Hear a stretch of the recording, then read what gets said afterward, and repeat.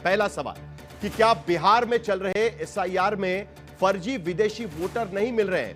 क्योंकि बार बार आज जगदंबिका पाल भी ये कह रहे थे कि फर्जी विदेशी वोटर मिले हुए हैं, उनको साफ करने की प्रक्रिया दरअसल चल रही है, इसके लिए विपक्ष का विरोध चल रहा है। तो कहां ये फर्जी वोटर मिले हैं, उस पर भी हम सवाल पूछेंगे। दूसरा सवाल, क्या वोटर लिस्ट के एसआईआर पर उठाए जा रहे सवाल सियासी है? क्योंकि विपक्षी दल बार बार ये कह रहे हैं कि ये वोट बंदी चल रही है। तो जब चुनाव आयोग कह रहा है कि हमने तो आपको लिस्ट दे दी है, उसके बावजूद वोट बंदी पर सवाल क्यों उठाए जा रहे हैं, उस पर भी हम सवाल पूछेंगे। और तीसरा अहम सवाल हमारा यह होगा कि क्या चुनाव की चोरी पकड़ने का दावा करने वाले राहुल गांधी सच बोल रहे हैं? क्योंकि राहुल गांधी कह रहे हैं ब्लैक एंड व्हाइट में वो सबके सामने रखेंगे कि आखिरकार ये चोरी किस तरीके से हो रही है, उस पर भी हमारा सवाल रहेगा।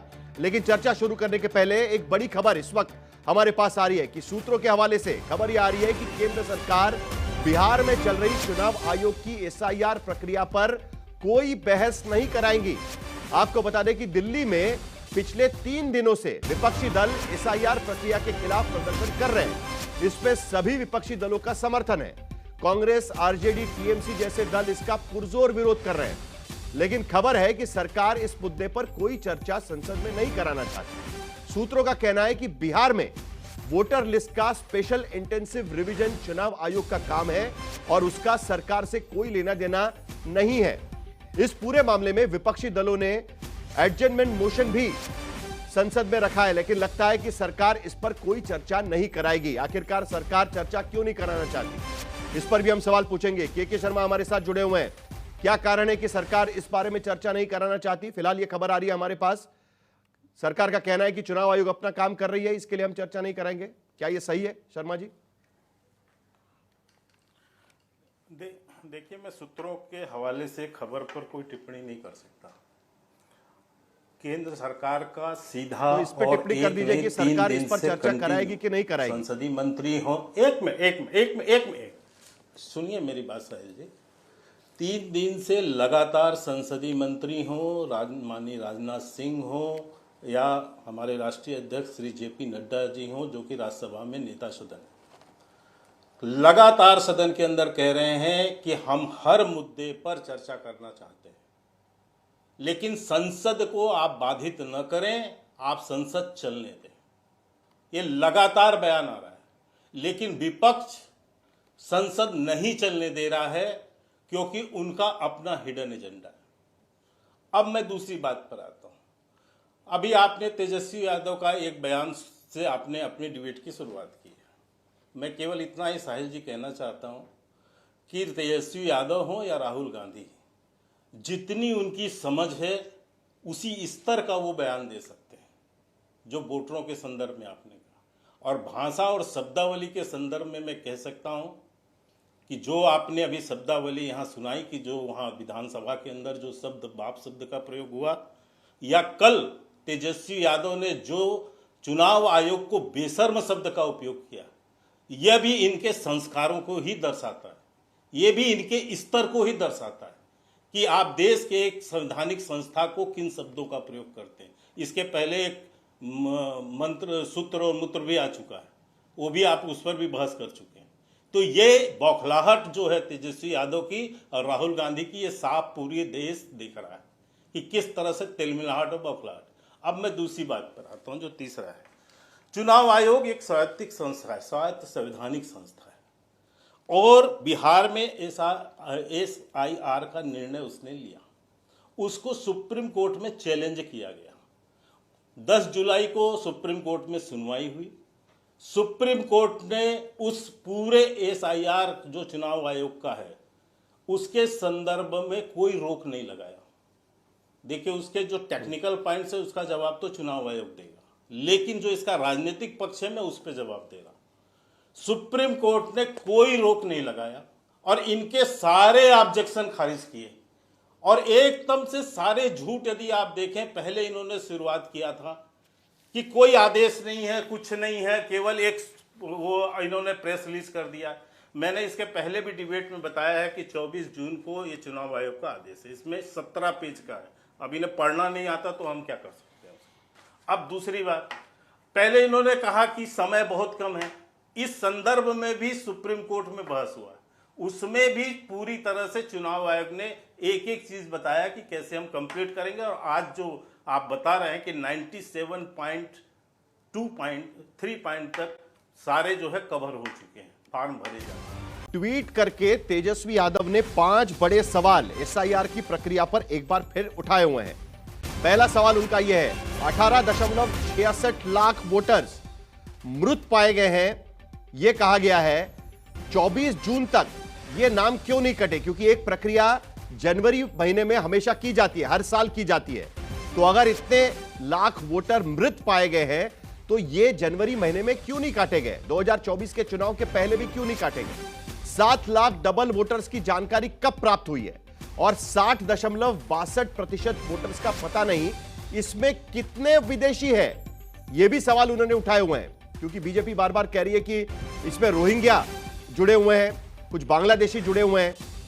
तो यह सवाल एक बार फिर ट्वीट के जरिए एक्स प्लेटफॉर्म पर तेजस्वी यादव ने यह ट्वीट डाला हुआ है। के शर्मा जी। नहीं, तेजस्वी यादव तो पहले दिन से ही प्रश्न खड़ा कर रहे हो, तो सारे इस प्रक्रिया को ही गलत बता रहे हैं और बोगस बता रहे हैं। तो आप ऐसे लोगों से क्या कह सकते हैं? उनको तो फर्जी मतदाता सूची यदि हो, फर्जी वोटर हो, उसकी वो वकालत कर रहे हैं, तो उस पर हम क्या कह सकते हैं? और इसका जो टेक्निकल जवाब है वो तो चुनाव आयोग देगा कि क्या आंकड़े आए हैं, कैसे आए हैं और किस तरह के हुए हैं, ये उसको देना है, चुनाव आयोग को देना है। लेकिन मैं पुनः एक बात कहना चाहता हूं कि आज आपको इतनी बौखलाहट, जिसको सुप्रीम कोर्ट में अभी फिर सुनवाई होनी है 28 जुलाई को, और उसके पहले आप संसद से लेके जो है सड़क तक हंगामा कर रहे हैं। आपने संसद को पूरा सड़क बना रखा है, काला कपड़ा पहन के आप यहां से वहां तक टूर कर रहे हैं। अरे काला काला कालिक पोत लो, जनता वैसे भी तो पोत रही है आपके मुंह पे। ये काले कपड़े से क्या कर अभय दुबे, पहले भी कर चुके हो आप। बीजेपी कह रही है कि उस पर चर्चा नहीं होगी। मैं इतना कहना कुल चाहता मिलाकर बीजेपी कह रही है कि उस पर चर्चा नहीं होगी। आप संसद के बहस से क्यों भागना चाहते हो? आप संसद से क्यों भाग नहीं तो वो नहीं, आप करेंगे कि नहीं करेंगे बहस? देखिए साहिल जी, नहीं आप बहस करेंगे कि नहीं करेंगे? शर्मा जी, मेरा सवाल, ओरिजिनल सवाल तो यही था। आप कह रहे हैं कि जब सुप्रीम कोर्ट पे चल रहा है मामला, तो संसद में बहस कैसे हो सकती है? आप यही कहने की कोशिश कर रहे हैं ना। कुल मिलाकर आप चर्चा कराएंगे कि नहीं कराएंगे शर्मा जी? सरकार चाहती है कि चर्चा हो। साहिल जी, यह आपका आर्गूमेंट है। हाँ ना बिल्कुल गलत आप कह रहे हैं साहिल जी, आपका आर्गूमेंट है, मेरा आर्गूमेंट बिल्कुल ये नहीं है। तो आप क्या कहना चाह रहे हैं कि आप सदन में चर्चा कराएंगे कि नहीं कराएंगे? सरकार चाहती है कि नहीं हो चर्चा इस पर? सर, सदन के अंदर संसदीय मंत्री का सीधा बयान है, माननीय राजनाथ जी का बयान है, श्री नड्डा जी का बयान है। हम सब विषयों पर चर्चा चाहते हैं। अब कोई अधिकृत आएगा तो उस पर बात करेंगे, लेकिन आज आप संसद तो चलने दें। आपने सिंदूर के मामले में पहला दिन बर्बाद किया। कुल मिलाकर अभय दुबे जी, अब तक सरकार ने जो बिजनेस एडवाइजरी में तय हुआ है उसके मुताबिक पहलगाम हमला और ऑपरेशन सिंदूर पर चर्चा होगी। 16 घंटे की चर्चा होने वाली है। एसआईआर पर चर्चा की आपकी मांग है, उसको लेकर अभी तक सरकार की तरफ से कोई भी रुख साफ नहीं किया गया, लेकिन सूत्रों के हवाले से हमारी खबर है कि सरकार इस पर चर्चा नहीं कराएगी।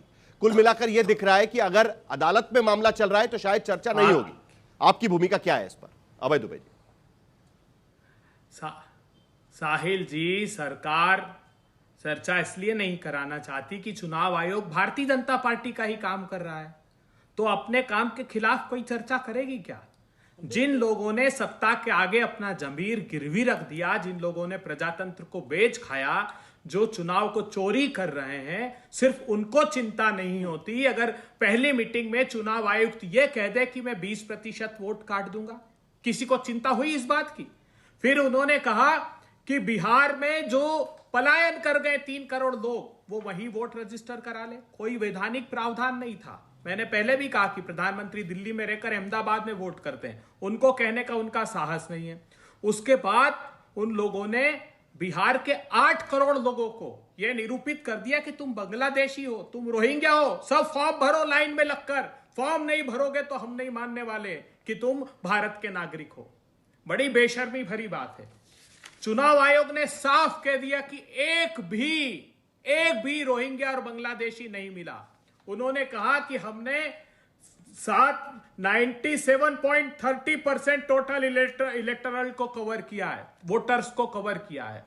तो इसका अर्थ यह हुआ कि ये भी एक झूठ भारत में परोस रहे हैं ये लोग, और वो राष्ट्रद्रोही हैं। अगर चुनाव आयोग के लोग भी पर्दा डाल रहे हैं रोहिंग्या और बांग्लादेशियों पर, तो वो भी देशद्रोही हैं। कितनी बेशर्मी भरी बात है। इलेक्शन कमीशन साहब, आपने जिन दस्तावेजों को जरूरी किया है 11 को, ये लिस्ट है, उसमें से आपने कहा कि कोई भी वो दस्तावेज जो केंद्र या राज्य सरकार ने नागरिकों के हित में जारी किया हो, उन 11 की सूची में माना जाएगा। आपने अपने शपथ पत्र के पेज नंबर 39 पर क्या लिख दिया है? आपने लिखा कि बिहार सरकार ने 13.89 करोड़ लोगों को उनके रेसिडेंस का सर्टिफिकेट 2011 से 25 में बांटा है। तो फिर उससे मैच कर लीजिए ना, जो आपकी मतदाता सूची है। क्यों नहीं करना चाहते? जिस आधार के आधार पर, जिस राशन कार्ड के आधार पर आप डोमिसाइल सर्टिफिकेट बन जाता है, उसको तो मान्य करते हो 11 दस्तावेज में, और कहते हो आधार कार्ड नहीं मान्य करेंगे, राशन कार्ड नहीं मान्य करेंगे। इसी पेज नंबर 77 पर वो लिखते हैं, इस एफिडेविट में वो कहते हैं कि बोगस राशन कार्ड थे, लेकिन केंद्र ने आधार से सीडिंग कर दिया। आधार से जैसे ही लिंक किया कि सारे बोगस राशन कार्ड खत्म हो गए, सारे कॉन्ट्राडिक्टरी स्टेटमेंट। बिहार की अस्मिता पर चोट करोगे आप लोग। बिहार के लोगों को बांग्लादेशी और रोहिंग्या बताओगे, बिहार के लोगों को कहोगे कि मर गए साहब 18 लोग। अरे उनकी आत्माएं सताएगी, ध्यान रखना। ये लिस्ट जारी तो करो, वो सारे लोग जिंदा होकर आपके सामने खड़े हो जाएंगे। सारे बीएलओ ने फर्जी काम किए। अगर सुप्रीम कोर्ट के जज की मॉनिटरिंग में सीबीआई जांच हो जाएगी, तो आधे चुनाव आयोग के अधिकारी जेल के पीछे होंगे। सब अपने मन से हस्ताक्षर किए, कोई 90% इन्यूमरेशन फॉर्म में दस्तावेज आज पार्लियामेंट में बगैर दस्तावेज के फॉर्म फिलअप कर दिए, अपलोड कर दिए। साहिल जी वहां जाइए तो सही, बिहार में वो गली चप्पे चप्पे में घूमिए आप। बिहार के लोगों में कितना आक्रोश है मोदी सरकार के खिलाफ, आपको देखते ही बन जाएगा। अभय दुबे जी, उन्होंने कहा कि उन गरीब आज पार्लियामेंट में राहुल गांधी प्रोटेस्ट कर रहे थे, वहां पर उन्होंने कुछ दावे किए हुए हैं। अभय दुबे जी, आज राहुल गांधी प्रोटेस्ट कर रहे थे पार्लियामेंट के बाहर, तब उन्होंने कुछ दावे किए हुए। मुझे दावे आपको दिखाना है, लेकिन जाने के पहले वहां वो रिएक्शन सुनाने के पहले मुझे एक छोटा सवाल आपसे जानना है। आप जो मांग कर रहे हैं, कांग्रेस पार्टी की तरफ से, विपक्ष की तरफ से मांग की जा रही है कि सदन के भीतर इस पर चर्चा होनी चाहिए। मेरा सवाल आपसे यह है कि अदालत में यह मामला जा चुका है, अदालत में सुनवाई चल रही है, अदालत में एक एफिडेविट इलेक्शन कमीशन की तरफ से फाइल हो चुका है, जिसमें वो कह रहे हैं कि आधार कार्ड को हम नहीं मानेंगे, वोटर आईडी कार्ड को हम नहीं मानेंगे, क्योंकि ये एसआईआर प्रक्रिया है और वोटर आईडी कार्ड उसमें हम ग्राह्य नहीं मानेंगे। ये वो कह चुके हैं। उसके बारे में आप सरकार के साथ सदन के भीतर क्या चर्चा करना चाहते हैं? सरकार से आपकी क्या उम्मीद है? क्योंकि चुनाव आयोग सरकार को रिपोर्ट नहीं करता है, अधिकृत अगर आप टेक्निकल देखें तो नहीं करता है, वो एक अलग संवैधानिक संस्था है। तो आप सरकार से क्या चाहते हैं इस पर कि जिसमें सदन में आप चर्चा करना चाहते हैं? भारत की सरकार ने, इसी मोदी सरकार ने 2021-22 में रिप्रेजेंटेशन ऑफ पीपल एक्ट में एक संशोधन किया, धारा 23(4) में, और आधार को कंपलसरी कर दिया, आधार को मान्य कर दिया। तो हम उसी सरकार के पास नहीं जाएं कि क्या ये अवैधानिक प्रावधान कर दिया था? आज भी अगर फॉर्म 6B में वो नए वोटर का रजिस्ट्रेशन उस आधार पर हो रहा है, तो उस आधार की मान्यता किस बिना पर खत्म कर दी? ये संवैधानिक अधिकार है हमारा कि हम बहस करें। अगर कोई संस्था, कोई संवैधानिक संस्था भी अनैतिक काम कर रही है, तो ये दायित्व है। और मैं ही नहीं कह रहा हूं, ये जेडीयू के सांसद हैं गिरधारी जी, पूछिएगा राजीव रंजन जी से। उनने कहा मेरे सांसद होना व्यर्थ है अगर मैं इस एसआईआर के खिलाफ नहीं खड़ा होता। खुद जेडीयू के सांसद कह रहे हैं कि मेरा बच्चा विदेश रहता है, वो असमर्थ है अभी आने में, तो क्या वोट काट दोगे उसका? क्या 2,90,00,000 जो मजदूरी के लिए बिहारी चले गए, उनका वोट काट दोगे अनैतिक तरीके से? कौन से संविधान में आपने लिख दिया कि जो मजदूरी के लिए पलायन करेगा उसके वोट का अधिकार दिया जाएगा? कोष तो प्रमाण दीजिए। मोदी साहिल जी मुझे जवाब देने दीजिएगा। साहिल जी मुझे अभी तक जितने फॉर्म्स आए हुए हैं उसका ब्यौरा भी हमारे पास आ चुका है पूरी तरीके से।